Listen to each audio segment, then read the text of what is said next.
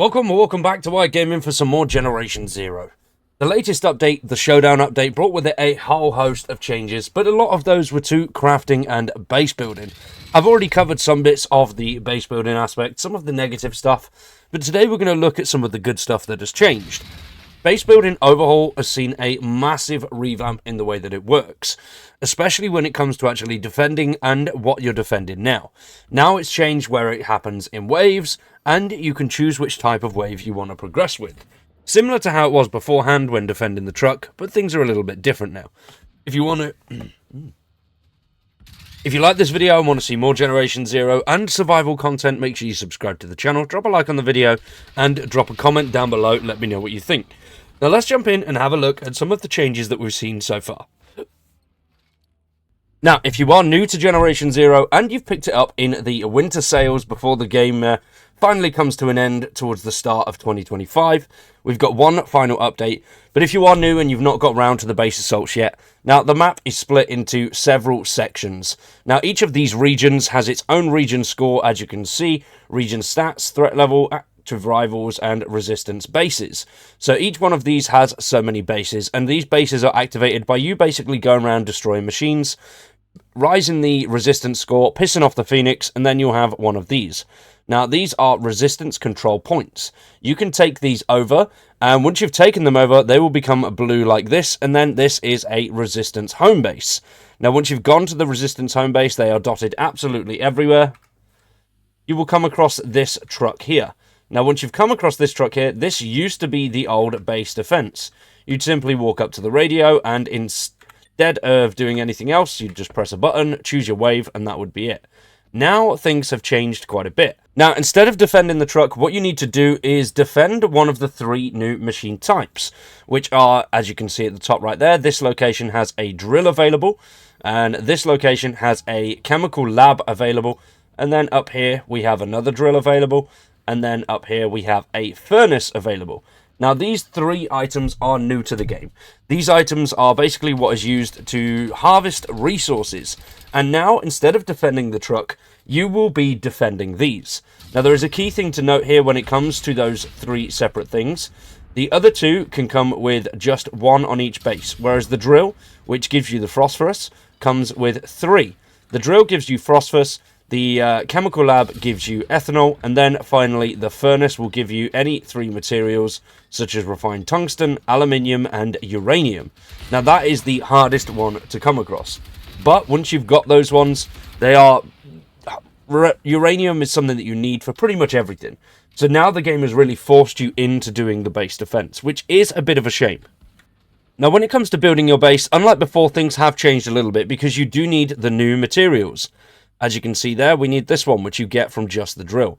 But as you can see, the amount that you need to actually build these items has gone up. It was in the 1s and 2s, now it's up to 4, 5, and 6s. But there is a very good reason behind that. I do like the reasoning that they've done it. Now what you need to do is run over to this here and repair base.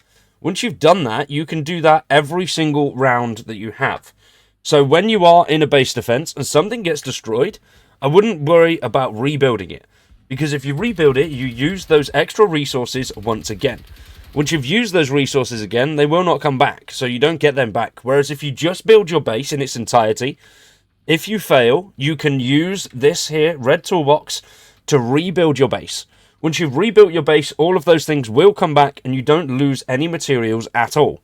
So, in a way, these things now, yes, they have an increased cost, but they are only a one-time build. Even if it gets destroyed in a wave defense, you can rebuild it for completely free.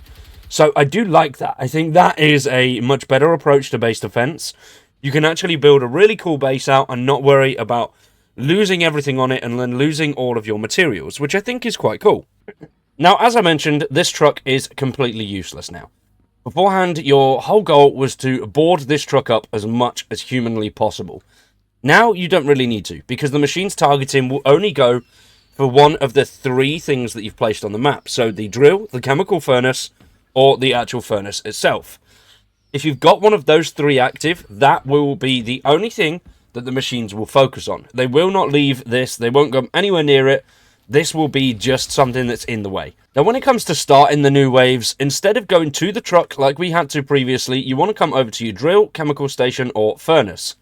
On the back here, you will come across a button, which you will need to activate. Now, I'm going to show you this one. This works the same for the drill and the chemical station, and then I'll show you the furnace in just a second. But you now have 3 settings, which come with various machines. The low setting will come with the low-end machines, medium, obviously medium class machines, and high-end has the high machines. As well as the difficulty level, there is also a big time difference and reward for them. Now, low settings, you will come across up to 3 minutes of fighting. Medium settings is up to 5 minutes, and high settings is 7 minutes. When it comes to the rewards that you get, it varies. I've not come across a definitive number for the rewards in the time that I've been doing this with the drill and everything like that. But for the drills, it's on average up to 12 for if you've got 3 drills running, because you might as well have 3, because you need a lot of the phosphorus. You're going to need as many of these machines out as possible to maximize the efficiency of actually doing this, but the drill is the only one you can put 3 of.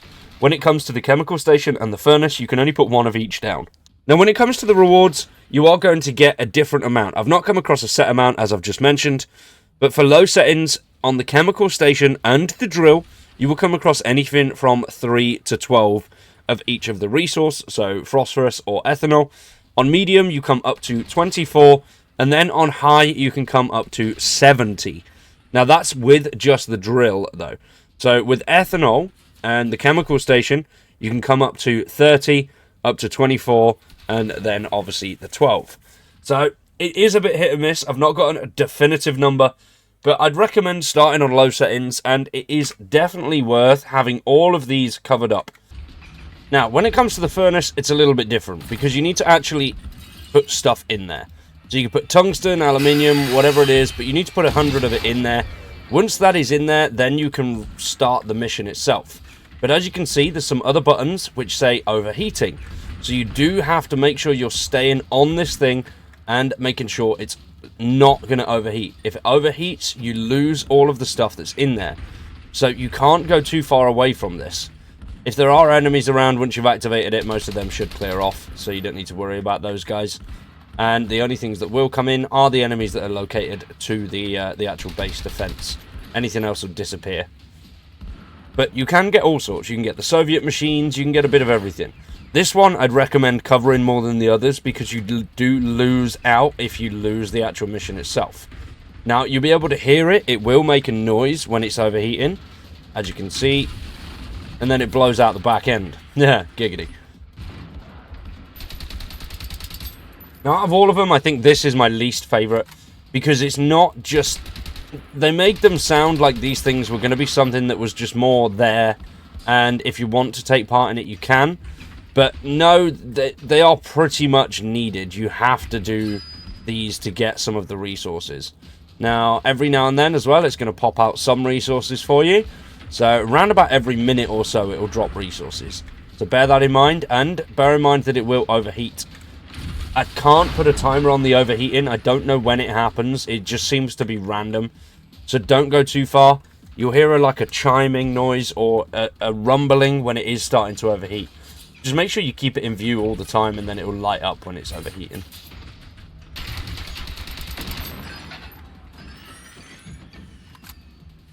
And then once you've finished it, you're going to get a nice chunk right at the end there, which, quite cool. You don't really get too much, but you get enough. So 100 tungsten is going to get you 12 tungsten alloy on the standard mode. I think it's 30 on medium, and then 40 something on hard. I can't pinpoint the numbers on these again, because it varies depending on what resource you're using and what difficulty you're going with. Now, when it comes to actually doing the base defense, it's worth covering these up as much as you possibly can, or just putting something down that's going to fight off the enemies. If you've got it on low settings, it's not too difficult at all, but when it comes to high, you can have things like firebirds come in as well, so they will be able to take it from the top, which is a bit of a bitch. But overall, I think the most disappointing thing is that they've removed the actual van itself. That is now pointless, other than repairing things. Which, yes, that is quite cool. I like that you repair those bits, and then you can go out and do whatever you want to do. But still, really, really cool that that's there. I like the the overall changes, being able to repair things, but the fact that it forces you to do that sort of defensive mode on the resources and forces you to do it to get the resources is a little bit of a disappointment. But I do think the base changes where it repairs things itself, and having another layer to it is quite interesting for people that do like that side of the game. But let me know what you guys think. Do you like the new base defense? Are you enjoying it, or do you think it's pretty damn crap? Let me know in the comments down below. For now, though, we're going to wrap that one up there. Hopefully, you've all had a great 2024. Happy New Year, and we will see you in 2025.